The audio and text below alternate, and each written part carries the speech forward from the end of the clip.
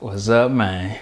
This is Melvin, and in this video, I'm going to talk to you about 5 questions you should ask yourself before you purchase a new camera. Why am I making this video? So over the last couple months, especially since I've purchased my camera, which is my Panasonic GH5, I've been running into people who've been asking me what kind of camera am I using, and they've been asking, what camera should they get? And based on the advice that I've been giving them, I just wanted to share that with you.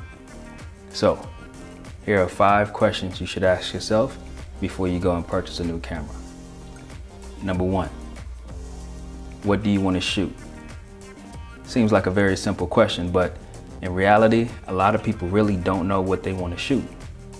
And so in my situation, I was interested in shooting, of course, video of my kids, capturing photos of my kids. I was also interested in capturing some sports photography, and I mean, just whatever else I see.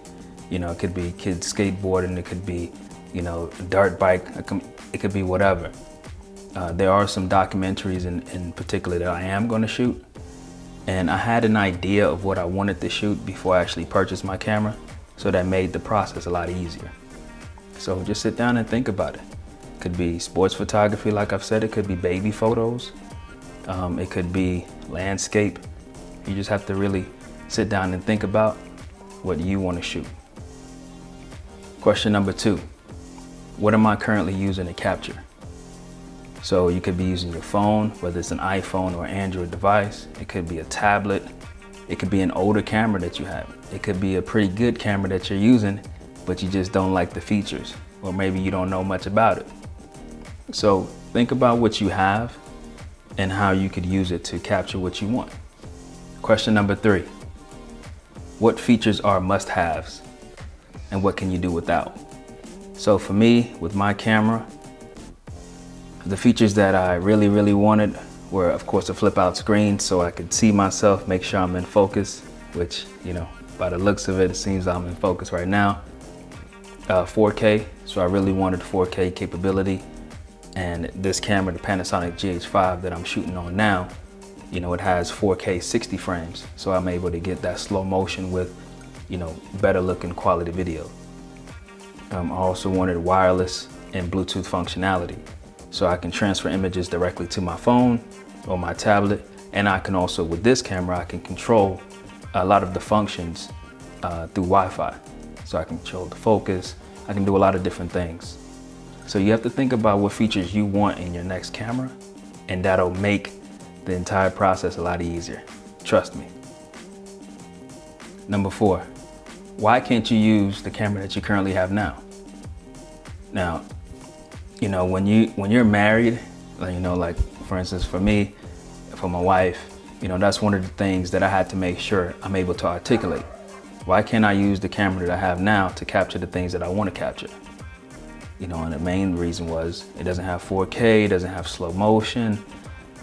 These things were directed towards my Nikon camera that I had before, which I couldn't do a lot of the things that I've been shooting on now. We took a trip to the Virgin Islands, shot a lot of video, a lot of great footage, and I would have never been able to shoot that with my Nikon camera. So yeah, I have an iPhone 7 Plus, which is a wonderful camera, but I'm limited. And I understand that, and I had to make sure I could explain that to my wife, because at the end of the day, this is a partnership. So just ask yourself, why can't you use what you have now to shoot and create the things that you want to shoot in the future? Number 5, what cameras are you interested in that fall within your budget? Having a budget is great because that makes sure that you don't spend too much. So, the camera that I have, it's not super expensive, but it might be out of some people's budget. And, I love my camera because it meets all of the needs that I have. But if you're looking at, you could say $500 range or $1,000 range, and keep in mind that might be just for the body, just for the camera. And that might not include, the cost of the lenses and other equipment like a microphone or lights. So, you have to factor all those things in. And it might not even include a flash, you know, because some cameras, especially the one that I have, it doesn't have an on-camera flash. So that's something separate that you have to get. So these are things that, based on my experience from camera shopping, as you see, I have a Panasonic GH5.